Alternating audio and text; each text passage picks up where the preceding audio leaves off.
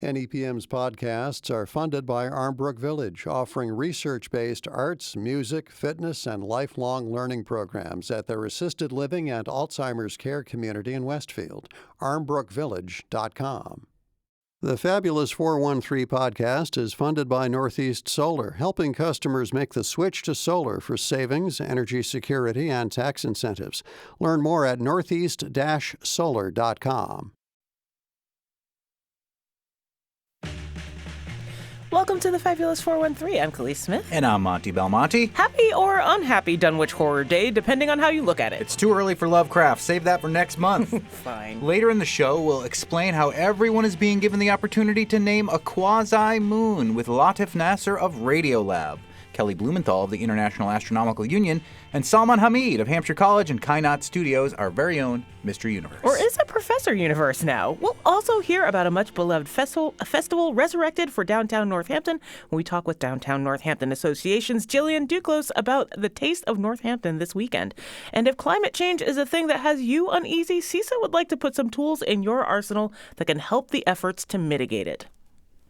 I don't think I've ever met a farmer, no matter what their age, their background, how long they've been farming, who has told me they don't think that they have experienced some form of climate change in the time they have been farming. And it is time for a local hero spotlight. And climate change is what we're going to talk about with CISA's Climate Program Manager, Stephen Taranto, and Kathy Wicks, who is the UMass Amherst Director of Sustainability. Next week is Climate Change and Farming Week 2024. This is something, Stephen, that CISA has been doing for how long?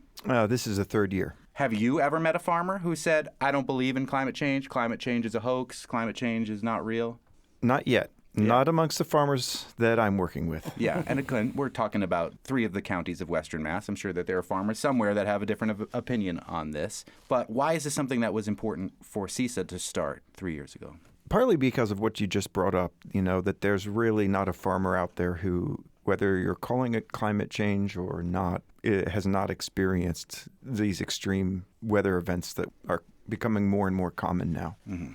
And this is a whole new responsibility or workload that farms take on. Farming has always been risky and difficult, and now we have a whole other layer of responsibilities that farmers are having to carry because they're the ones trying to figure out how do you grow certain crops when you have 2-week heat domes that are unheard of in New England 30 or 40 years ago, or at least extremely rare. So we thought it would be a good idea to really concentrate some time during the year when farmers can get an opportunity to show what they're doing and invite people onto their farms to get a look at what are these new things, or, we can call them adaptation practices that they're trying to figure out so that they can keep growing food through these droughts, through these epic rain events that we had last year, through late frosts, and all these other kinds of events that are becoming more and more common and frequent. Khalees and I have been lucky that we've been able to go to farms and talk with some of these farmers and hear about some of the adaptations that they made. We were on Congressman McGovern's farm tour when there was Amherst Nursery saying despite how wet an area we live on, they needed to install some irrigation to make sure they wouldn't lose their crops. And then the other side of things, we were at a blueberry farm that had to create, drainage ditches because of how wet it does get over and over again. Yeah. So these are the kind of real-time things that we're seeing. And anytime somebody says something skeptical to me about climate change, I always say, have you asked a farmer about it? Because I think might have a different opinion. Maybe UMass has a different opinion. Tell us, Kathy Wicks, who's the UMass Amherst Director of Sustainability, how UMass is participating in this Climate Change Week next week. I'm the Director of Sustainability for the UMass Dining Program and all of Auxilary on campus. And we've been doing a Dining for a Cooler Planet campaign now since 2018. And looking for the opportunity to partner with CISA as often as possible. And so hosting an event, one of our Dining for a Cooler Planet events, the first event of this academic year in collaboration with the Farming and Climate Change Week was an exciting opportunity. So on September 18th, we are going to be doing a panel discussion at Hampshire Dining Commons with a representative from CISA Margaret Christie, a farmer, Gideon Porth from Atlas Farm, a student farmer at the UMass Amherst student farm, and our executive chef, who loves and is dedicated to cooking with local ingredients as often as possible. Why a cooler planet? Because the planet seems to be heating up a little bit. Why dining for a cooler planet instead of one that is hotter? Like, what's the core of this? Well, part of what we wanted to do is think about cooling things down and doing our part. Part of the work that I do is everyday engagement around sustainability, around everyday climate action. And we know that everybody is making everyday decisions with their food. And we have a framework that we've been using based on Project Drawdown as those solutions, those climate solutions relate to food. And so Dining for a Cooler Planet is about making those simple, easy food choices that can make a difference for our planet. Can you tell us a couple of those things and some of the ways that UMass has implemented that into its dining program? Because, you are a small city unto itself. It's almost an interesting incubator, not to use a heating up terminology, a place of experimentation where can a community live like this and what impact would it have? Absolutely. So we have increasingly over the last 6 years been creating more plant-forward menus.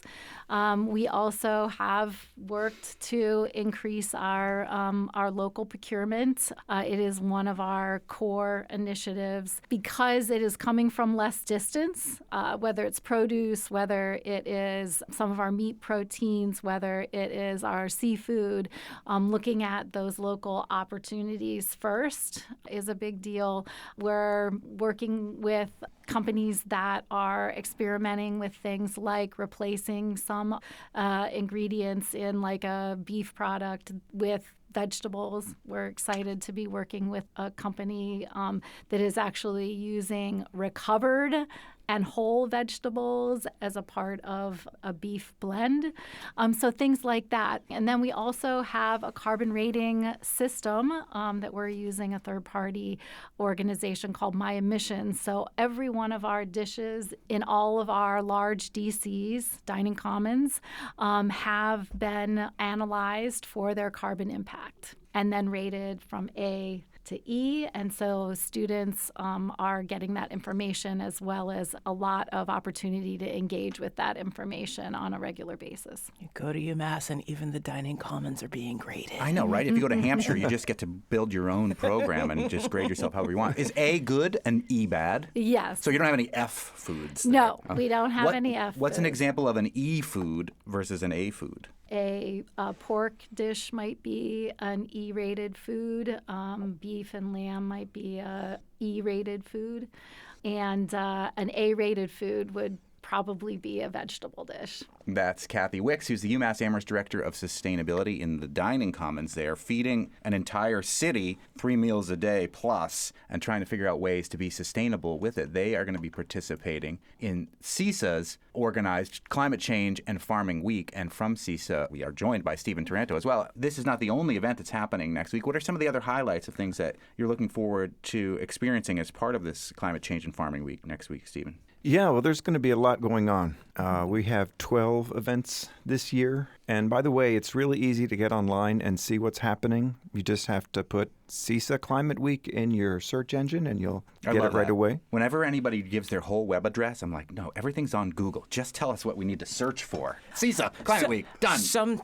Well, we won't get into the difficulty with search engines and how they don't always bring up the thing that you're looking for That's true. immediately. It's everything from, film screenings and things like that. What are some of the farm tours? Yeah. Yeah. I think we have this year 4 or 5 farm tours, which is really exciting because, people care about what they eat. They want to try and do the right thing when they make these choices that Kathy just mentioned. And I think getting out and seeing what it takes to grow that food really can help because you can ask the farmer questions. You can see what they're doing, whether it's building a greenhouse or, having to come up with a way to get water off of their farm when we have these intense rainfalls. So we've got farm tours. We have a couple of film showings, that one in Greenfield and another one at Mount Holyoke College, which is, I'll just mention, having Mount Holyoke College this year. Hampshire College has a farm tour. But they don't grade their food there. Not yet. Yeah, no grades at Hampshire College. And also having UMass on board this year that's something new because in previous years we didn't approach the colleges here. And so having 3 this year join us and come up with their own creative ideas for events is really exciting. And I'm hopeful that will continue to expand. Have you seen the offerings for this week in its 3rd iteration change significantly from the way it was presented in its first week? You said that there's more farm tours, there's like more colleges involved. Like, how has this whole week of awareness evolved in 3 years? You know, there's a nice story there, which is that this year the week was really sort of managed by a bunch of different organizations in terms of pulling it together. In the past, the first 2 years, CISA pretty much took it on. But the real idea is that this grows and grows and that organizations almost independently might decide to do something. And that started happening this year. NOFA, Massachusetts was a part of this. Northeast Organic Farmers Association. Exactly. The American Farmland Trust has been part of the planning committee. So we came together and we decided, well, we want to reach different types of audiences. So what event could we, encourage that would reach youth? Well, the universities. So, so we took that approach. What would be good for consumers, getting on a farm? What would be good for activists? Well, maybe the film screenings, is something where would be of interest to that part of our food ecosystem here. So that's kind of how we approached it this year, and I'm really happy that these other organizations have sort of appropriated this concept of the week into just their own annual planning. So I think it's just going to keep growing. I also think that it's really cool that not just like on a local, like Western Mass aspect, you can get a little bit broader with it too, because MDAR's going to have an event at this too to come in and talk about how the Mass Department of Agricultural Resources. No, it's a planet in the Star Wars. I love that's what it sounds like to me every time. Yeah, that's no moon. Or is it Dar Williams, who was on the show the other day? Dar. Is it hard to get state organizations to be a part of this as well? Well, this is the second year that MDAR has been participating in the week. And, the Massachusetts Department of Agriculture has a really significant grants program that will help farmers fund some of these adaptation practices that can in some cases be very costly. Their approach has been to organize events on farms that have received a lot of these grants so that they can showcase for farmers who might be skeptical, weary of paperwork, reluctant for monitoring or other kinds of interventions, to come and see, wow, I can really get a really nice infrastructure improvement on my farm, or I can actually get some practice in my fields paid for, which normally I don't do because it's too expensive for me. MDAR's mission is to expand these practices across our farming landscape. I think for them it's a really exciting opportunity because they can't always access and draw in the farms that CISA and some of the other partner organizations can do. Some farms here would prefer to work with a nonprofit or some other institutional organization rather than the state. That's their choice. And, I think that we're able to kind of be a bridge between those farms and some of these resources that the state has and is actually trying to increase, I should point out. And that's a really positive sign on the part of the state government and the governor. The more people use it, the more they can ask for in their line item. It's Climate Change and Farming Week, and it is next week, September 15th through the 22nd. You are invited to all of this dozen talks and movies and meals that will be going on, farm tours through CISA. Google CISA Climate Change and Farming, and it'll all pop right up for you, I'm sure. It's even easier. CISA Climate Week. 3 words. As people who go and visit farms almost every week, we can't recommend it enough. Yeah. Stephen Taranto from CISA and Kathy Wicks from UMass Dining, the Sustainability Director. Thank you both so much for telling us about what's going on. It's been a pleasure. It's been a pleasure. Thank you. We'll tell you even more about CISA's Climate Change Week this Saturday as part of the Fabulous 413 Weekend. Because if hearing us during the week wasn't enough, we like to give you one more. Bonuses. It's the return of the Taste of Northampton, and we'll talk with DNA's Jillian Duclos about the importance of having the festival in the 3 years of its second iteration. But first, That's no moon. But you'll still get to name it, and we'll chat with WNYC's Latif Nasser from Radiolab, the International Astronomical Union's Kelly Blumenthal, and our own Mr. Universe Salman Hameed of Kainaat Studios about how that will work. You're listening to the Fabulous 413 on 88.5 NEPM. NEPM's podcasts are funded by Armbrook Village, offering research-based arts, music, fitness, and lifelong learning programs at their assisted living and Alzheimer's care community in Westfield. armbrookvillage.com. Well, hello there, Kelly Blumenthal. Hello. Thanks for doing this. Good morning, Kelly. Morning. I forget where you are. Japan. I'm in Tokyo. Oh, wow. What time Kelly, is it there? It's 6 a.m. We'll try to keep our 6 a.m. voices on for you. Well, hello, Latif. Hi, Latif. Hello. Hi, everybody. Thanks for doing this. Well, my pleasure. Thanks for having us. Boldly go where no man has gone before. Radiolab, the beloved and award-winning radio show and podcast from Public Radio, WNYC, and the International Astronomical Union have launched a global naming contest for one of Earth's quasi-moons. Wait a minute. Earth has a quasi-moon? Hey. You may have heard that Radiolab named the first ever quasi-moon in its viral Zuzve episode back in January, which followed host Latif Nasser as he tracked down a mysterious moon he noticed orbiting Venus, but on a poster in his son's bedroom.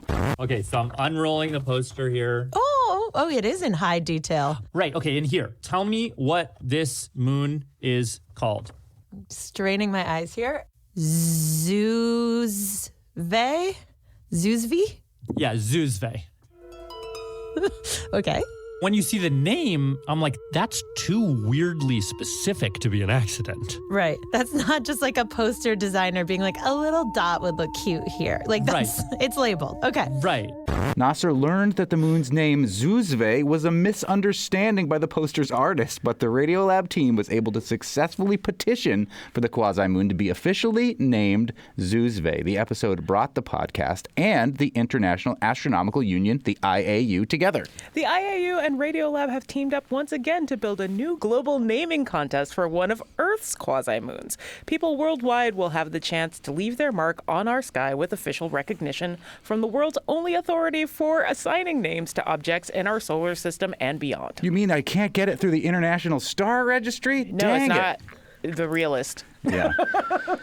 Joining us to talk about this IAU and Radiolab contest is Latif Nasser from Radiolab, as well as Kelly Blumenthal from the International Astronomical Union's Office for Astronomy Outreach. Latif is in LA, Kelly is in Tokyo, and our resident astronomer, Mr. Universe himself, Hampshire College's Dr. Salman Hameed, who is also the CEO of Kainaat Studios, which aims to reach specifically South Asians with videos for kids and grown-ups about astronomy, is in Amherst right now.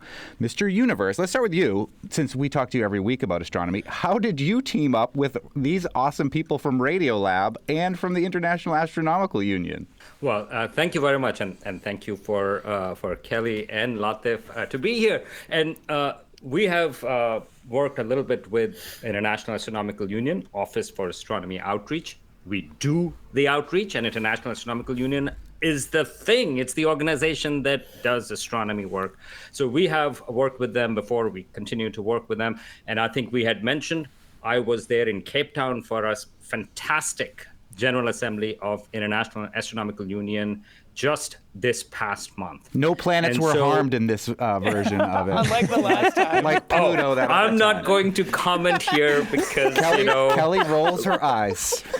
That's right. And although, Kelly, we should mention that in the Pioneer Valley, where New England Public Media is, Pluto remains a planet. Yes. This is our land, and we maintain Pluto as a planet. So, but getting to your point, Kelly contacted us that this contest was going, and Radiolab is organizing it. And since a lot of our videos that we create for Kainaat Studios are aimed at South Asian audience, but also for audience from the global South. And this is one of the things that, I think is necessary as well for naming heavenly bodies. I think a global world participation is good, useful, and necessary. So that's the reason we have also created a video highlighting this particular contest.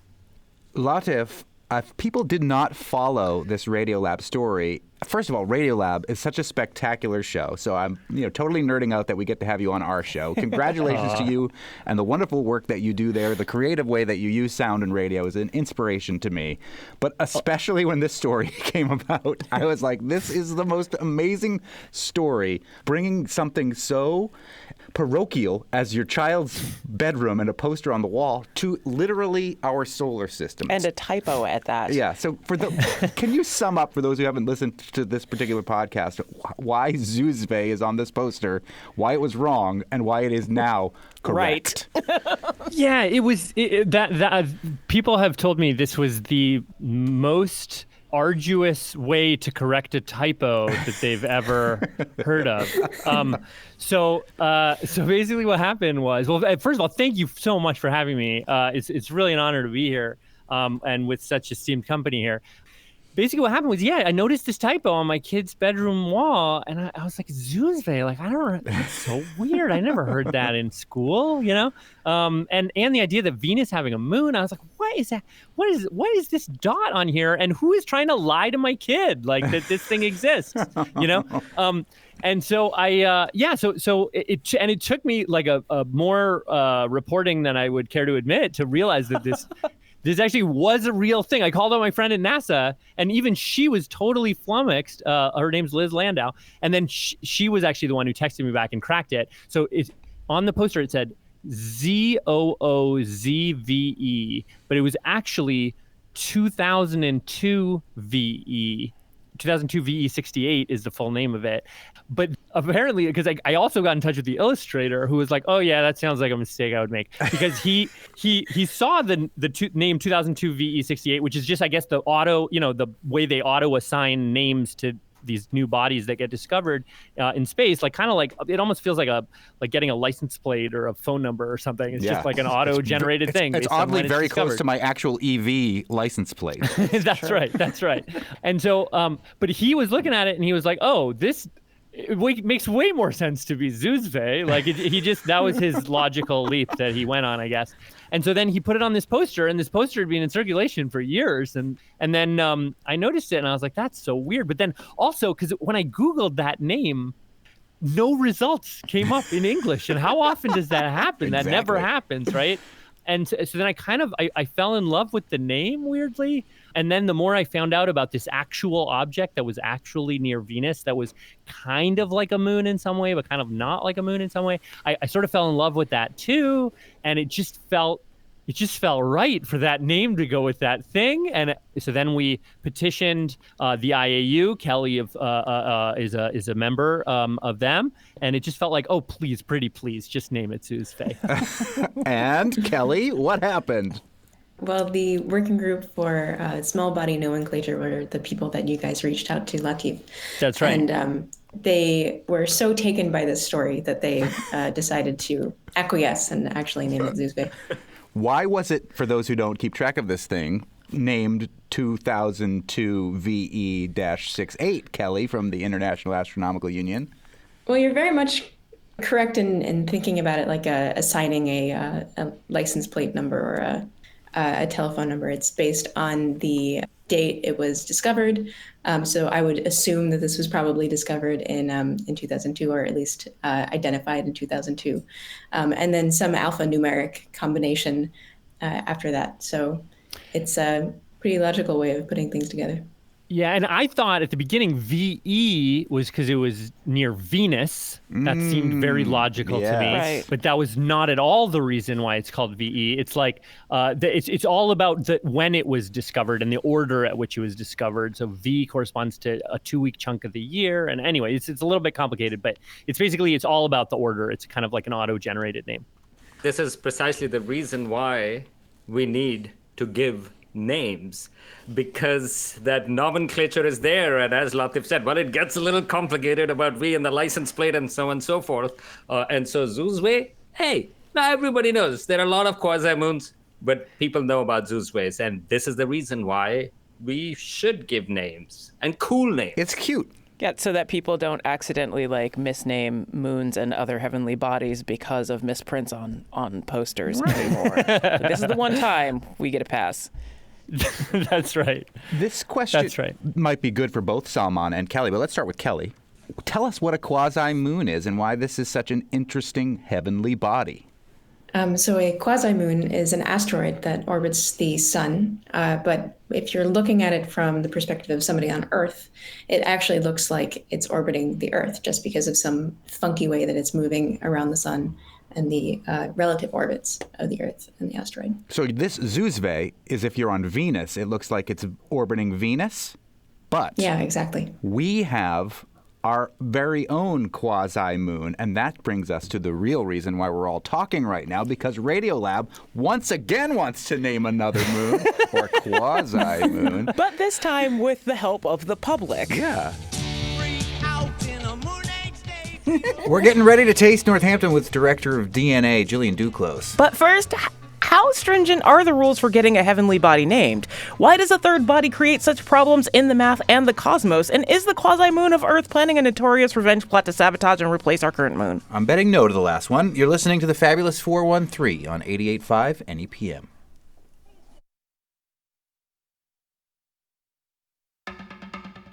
Tell us about this contest. It was so fun that I was like, everybody should get in on this. I can imagine it was fun. And IAU already loves Radiolab. It's clear because they acquiesced, as Kelly said, to naming that quasi-moon. Barely. Yeah. We're talking about quasi-moons and the quasi-moon Zuzve that was named by the show Radiolab with Radiolab host Latif Nasser with International Astronomical Union's Officer for Astronomy Outreach, Kelly Blumenthal, and our very own Mr. Universe, Hampshire College's Salman Hameed. Through the end of this month, right, is when people can participate in naming our quasi-moon, the quasi-moon of Earth. Kelly, tell us first about our own quasi-moon. Is there anything interesting about it? I know that our moon is bigger than our sadly demoted planet, Pluto.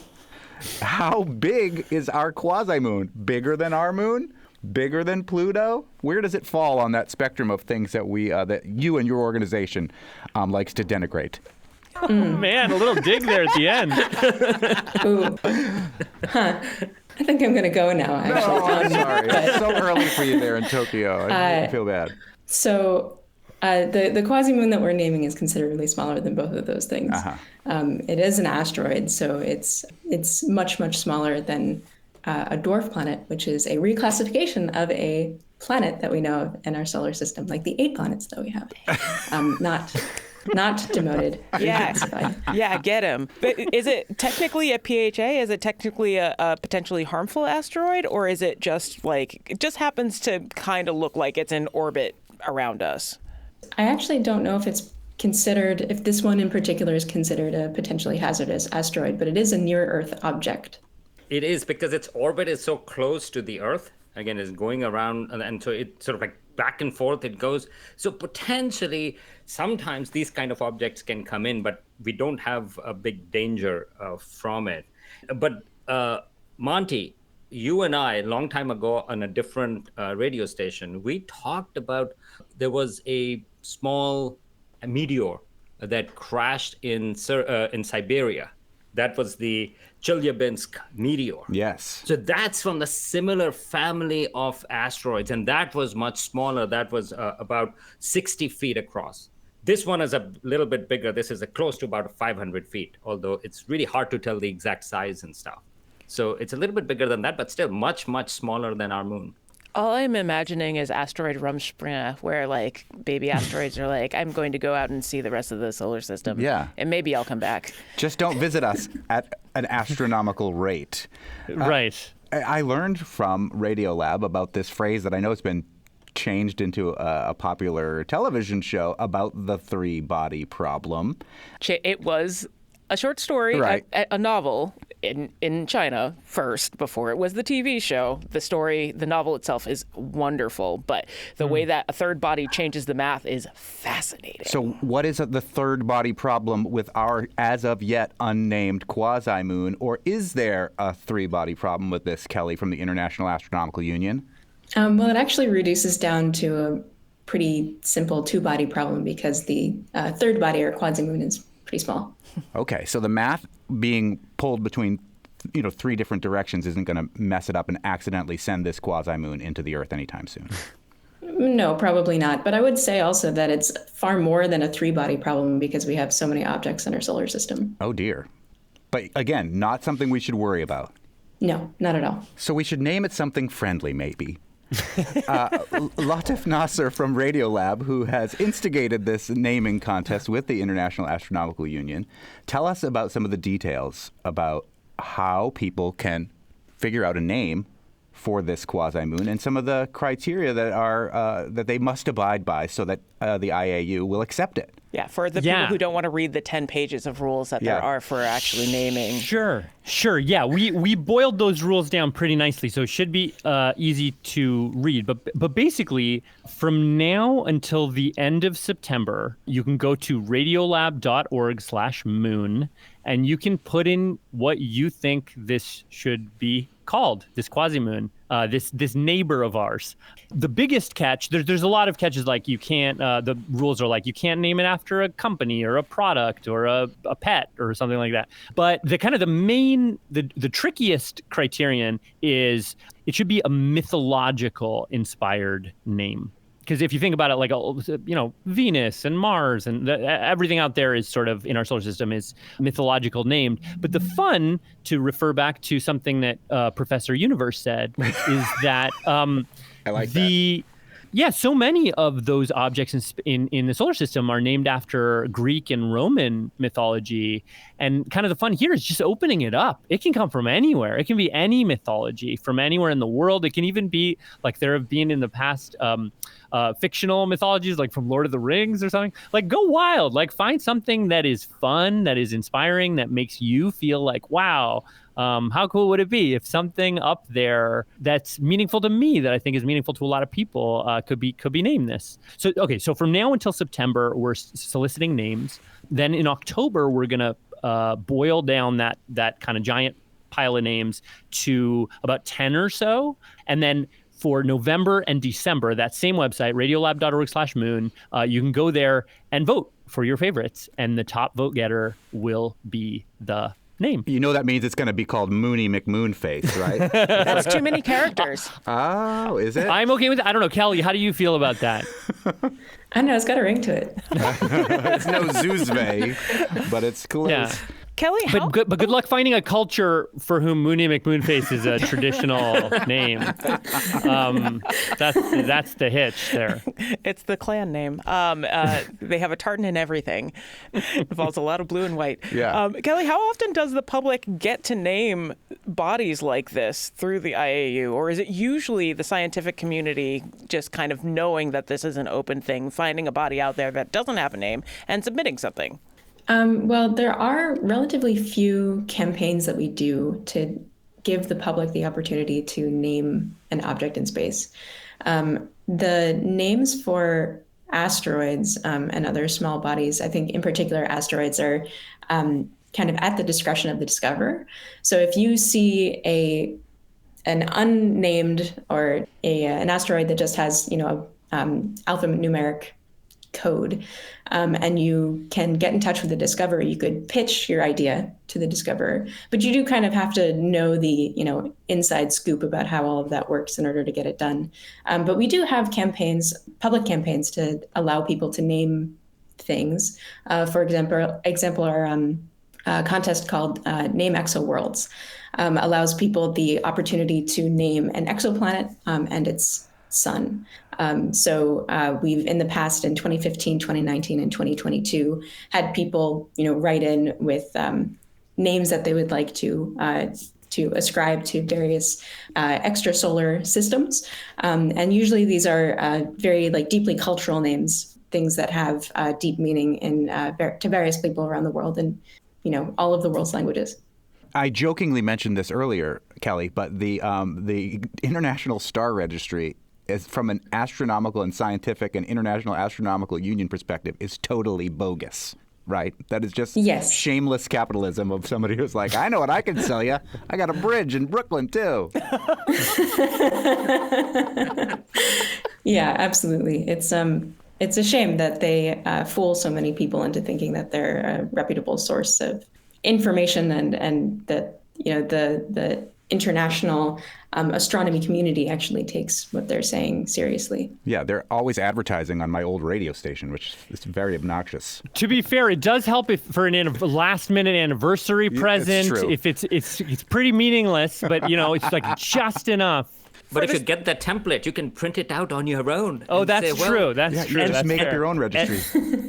And as an astronomer, I just think that it's not the individual stars. You should be able to name galaxies. There are so many galaxies not out gonna there, run out. So And not I to would bring it skip back the stars. to Scotland, but I got my dad a 1x5 piece of land, which is all you need for lordship in Scotland, which seems a little bit easier than having a star. Yeah. For probably about the same price. You can't go visit it. Nice. Yet. Oh, that's an even better anniversary present. Yeah, it's conserved, and now it's conservation land, but technically my dad owns it, so he's a lord. There we go.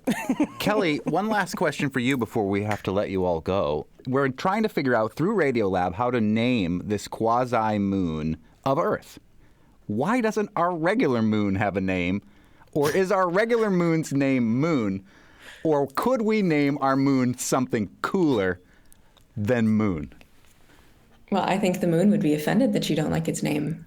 The moon's name is Moon. It has been, I think it probably derives from all of the different languages that have referred to it, in the past, from antiquity.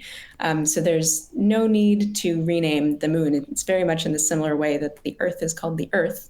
It stems from Terra. So it's, just the name that we have for the moon. And no, we cannot rename the moon to Moony That was going to be, or whatever if else Radiolab gets to rename name a quasi-moon, the Fabulous 413 could rename actual moon. I feel like that's a gross, misinterpretation of scale. I think so, too. Yeah.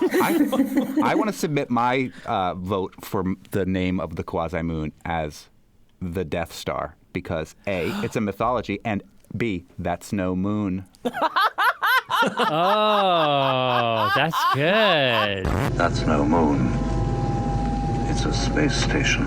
Am I allowed That now could that we've work. talked to Latif? Because I know that employees of WNYC and Radiolab are not allowed to enter this contest. No, we are barred, but that is a solid I am going to recommendation. do this, really. And I feel like that's a good rule because you've already named a quasi-moon. Yeah, it's quasi-moon. It's called the Death Star. You had your Just no shot. moon. But remember, you have to. This telling us what you want to name is not enough. It's not good enough. You have to go to the contest website, and that's where you put that information in. And don't tell anyone. Radiolab.org/moon. Yeah. And Kelly from the International Astronomical Union, if we want to name a solar system, are those contests still available? And where do people go to do that? I think we have 2 years off, so you have time to plan. You can think about it.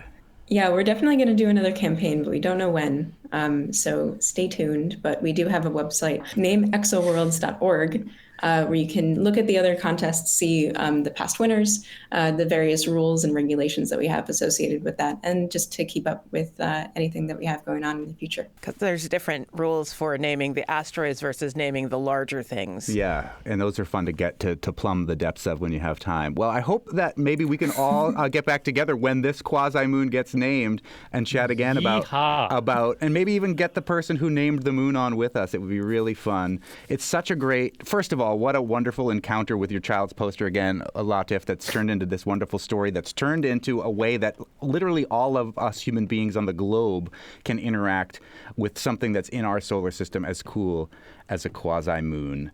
You have until the end of the month to vote on it. Latif Nasser from Radiolab, Kelly Thank you. Blumenthal from the International Astronomical Union, and our very own Mr. Universe, Hampshire College's Salman Hameed from Amherst. Thank you so much for joining us today. Thank you. Thank you. It's been such a pleasure. And Khalees and I are big fans of Radiolab, as we mentioned. So, yeah, we love it. I just got back from Scotland also. Oh, really? Cool. Yeah.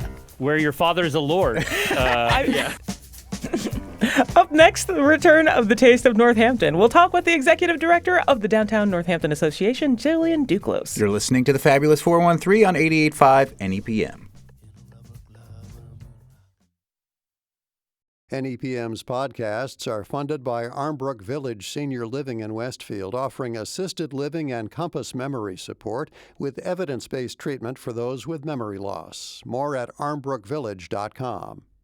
The Fabulous 413 podcast is funded by the UMass 5 College Credit Union, offering co-op advantage checking with cash back on all purchases, plus secure debit card controls, all from the UMass 5 mobile banking app. Insured by NCUA, umass5.coop. Welcome back to the Fabulous 413. I'm Khalees Smith. And I'm Monty Belmonte. Some might argue that the business community is a major indicator of the health and well-being of any community. Perhaps the building blocks of that community. Perhaps the DNA of that community. I already don't like where this is going. The Downtown Northampton Association, or the DNA, claims to be a hub. It actually is a hub for economic development with a focus on uplifting the viability of downtown Northampton, striving to bring ideas, people, and resources together to help create an exciting and attractive downtown. The DNA is like a twisted ladder that businesses in the city created to climb out of the drama surrounding the dissolution of the city of Northampton's efforts to form a business improvement district about 10 years ago. And now not only has the DNA become their own independent 501c3 organization, but they are in the third year of reviving the beloved Taste of Northampton, and it's this Saturday, September 14th. We welcome Jillian Duclos, Executive Director of the Downtown Northampton Association, the DNA, to the studio. And sorry about all the puns. Yeah, how much you need to know about genetics to be the Executive Director of the DNA? A lot. Everybody asks about DNA and whether we're a science organization, so. Right. What about RNA? How do you feel about that? Ooh, good question. I don't have a lot of thoughts on it. I just have thoughts on the DNA. I wish I had more for you. I was going to ask how many scientists follow your organization mistakenly, but we've already come too far. So let's talk about the taste. Let's talk about your organization first and how it became itself, how it became the DNA out of those previous efforts and separated from the chamber. Long history, the 10 years, we started out as a BID, which is a business improvement district. That kind of didn't fly in the time of the BID, so the DNA was born out of that process. Just all of these really wonderful people on the ground who wanted to give back to the community and help support businesses because, as Monty said so in a very kind and generous way, businesses are the foundation, right? It's where it all starts, and that's how I see it. I was a business owner in my previous life, so my natural progression ended up at the DNA. So I really see it and feel it, and it survived under the chamber with a previous executive director who did a lot of wonderful work building the DNA. And I think really in its beginning, it was an organization or a committee really under the chamber that was focused on beautification and event planning. So that's where you see things like the Taste of Northampton or sidewalk sales, all these economic development initiatives to really push people downtown. And I think really what happened was COVID, right? And then the DNA really grew what I like to call an advocacy arm, where businesses really needed a different kind of voice and a different kind of advocacy for them, especially as things were changing on the daily. And a way to connect businesses to each other, to share resources, to understand what was working and not working. And I think that's a lot of what folks are seeing coming out of the DNA now. And I think when we talk about the chamber and the DNA, we have very similar goals and we work symbiotically. It all comes down to money, right? How can we access resources? And under the chamber, the DNA was a little stifled in terms of the avenues in which we could procure funding and go out and get sponsorships, right? The chamber is technically a lobbying organization, so a lot of folks were hesitant, but the DNA has always traditionally raised its own money and utilized those funds from the community to drive back directly into the community, and we're still doing it. And the chamber deals with greater Northampton businesses, right? And does the DNA specifically deal with downtown Northampton? Yes, and that's really where that symbiotic relationship comes in. I always talk about how the chamber, it's their job to market outside our community, bring people in, come to Northampton, and the DNA's job is to give people a reason to come and a reason to come back. We're speaking with the executive director of the DNA, the Downtown Northampton Association, Jillian Duclos. And this Saturday is the return of an event that people have loved for many years, that went away for better than a decade. And then now this is the third year of its revival, right? The third year? The third year, yes. And I think it's the Taste of Northampton, for though I didn't have. Spoiler! It's the Taste of Northampton. It's the Taste of Northampton. Yeah. And I think back in the day when, we did have it in the early 2000s, we were one of the first communities to run something like the Taste. Oh, yeah. Which was really cool. We were the hub of a lot of restaurants and a lot of places to see. I think that process was driven by the community. It was driven by a committee. The owner of Eastside Grill at the time, all these people on the ground that were doing the good work. And I think that just kind of fell to the wayside. There were some operational challenges. 4 days is a long time out in a back parking lot. Because you're asking these restaurants that have their restaurants open to get a staff to run a mini version of their restaurant outside at the same time. And I remember them extending the time from being like about 2 days to like 3 days. And then like a fourth day got added. And it was like, at some point, this has to be untenable for a small community. Oh, yes. And I think we're kind of like in the in-between, like 3 years back and running it on a single day. We're kind of having conversations with the community that one day is not enough, right? So what does that look like moving forward? And I think we'll see a committee come out of this process as well. The DNA is shifting from being an organization that really runs things and drives things to really finding what's going on the ground and uplifting those things, and actually trying to talk to the community about its vision and how we can help make that vision come to life, right? I think coming from the entrepreneurial side, what I realized in this role is, even as somebody who comes from a background in business and somebody who sits on a board of 12 people who come from a background in business, we don't always know what business owners need, right? Business owners know what business owners need, and they're really incredibly savvy and they're entrepreneurial, right? Like, they are the people who have the vision and know how to make things happen, know how to bring people in. That's what's so amazing about Northampton, is we have all of these unique individuals that are doing this for a unique reason, but the only one who knows that is them, right? So it's just kind of like this shift in perspective, and how can we bring their vision to life? And how can the DNA take some of the arduous pieces that make it hard for them to grow and create this vision and take them off the plates of entrepreneurs so that they can do their thing, right? That's what we need. That's what I think we need. So sorry, not to put words in people's mouths or anything like that. But well, besides the coins, which I found a couple of in my last move, which was surprising and astounding, what are some ways that the Taste has been updated for, like, in these 10 years in its new iteration? You used to have to pay. You'd get coins and you'd use them at the Taste at the different places. Yes. Yeah, like a video game arcade of food.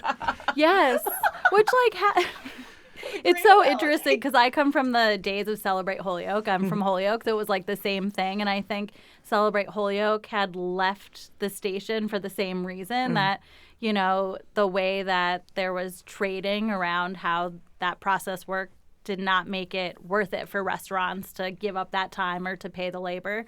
Though I've heard rumors that back in the day, a lot of folks came out and volunteered for the Taste. So it's just like a different climate. We're looking at different things. We had different hurdles as business owners, and we're not really in a place where that works anymore, right? Like, we all want to be paid fairly, and we all want to be compensated fairly. So I think that is a big shift that we see in this Taste, is that each individual vendor just puts out their food and you pay them directly, right? Like, we just took out the middleman, which I think is really important. I think it's really important for vendors to have that ability to bring people in. I think it shifts the conversation, allows people to get to know vendors a little bit more, as well as what to expect when they go into their brick and mortars and what they're going to pay there, right? Like, there's this kind of idea when you're paying with coins and then you go and you're like, oh my gosh, this is a $9 sandwich, but it's like,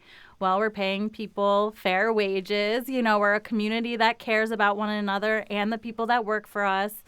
Yes. So things are, align in that way. In Northampton, we have a way we have values in which we have always driven our community. I come from that, working at Sylvester's and Roberto's. We create work-life balance. This is why I came into owning my own business. I started working in politics. I worked for Elizabeth Warren. That was a really fun time. But then when I was on the Hill, I realized it was like in my community, driving a small business, that if minimum wage does not raise through those avenues, I could do it as a business owner. And I think you see a lot of business owners doing that downtown. So it's really incredible. That is Jillian Duclos, who is the executive director of the Downtown Northampton Association, the DNA, who have revived the Taste of Northampton, this for the third incarnation. It's this Saturday, September 14th. We're running out of time, so I won't get to pick your brain about what the DNA thinks about the downtown redesign that has been so controversial in so many ways, but we will certainly get to that as it gets a little bit closer in the design process. But once again, the Taste of Northampton all throughout, closing down Main Street this weekend. Is that how we're going to do it? Yeah, so Saturday we're closing down Main Street from noon to 8 p.m. That's when the festival is actually happening. There will be some diversion of traffic before that, so plan accordingly. But yeah, Arts Council has got local musicians out there. There'll be things for the kids, bubbles, chalk art, painting, all the good stuff. So please come out, have some fun with us. Get to know your community. We're really cool. And you can find out what those business owners think about the redesign. Yeah, you can ask them yourself. Them. Thanks again, Jillian. On the next Fabulous 413, we're taking a colorful look at your potential with the latest book from New York Times bestselling author from Amherst, Angela Dieter-Lizzie, with The Magical Yet. It's such a beautiful book, and we're still practicing finding our yet, too. We'll also get up and close and personal and painted with the mural going up on the side of a little theater in a little village of Montague where Monty lives. I'm Monty Belmonte. I'm Khalees Smith. We'll see you tomorrow on the Fabulous 413.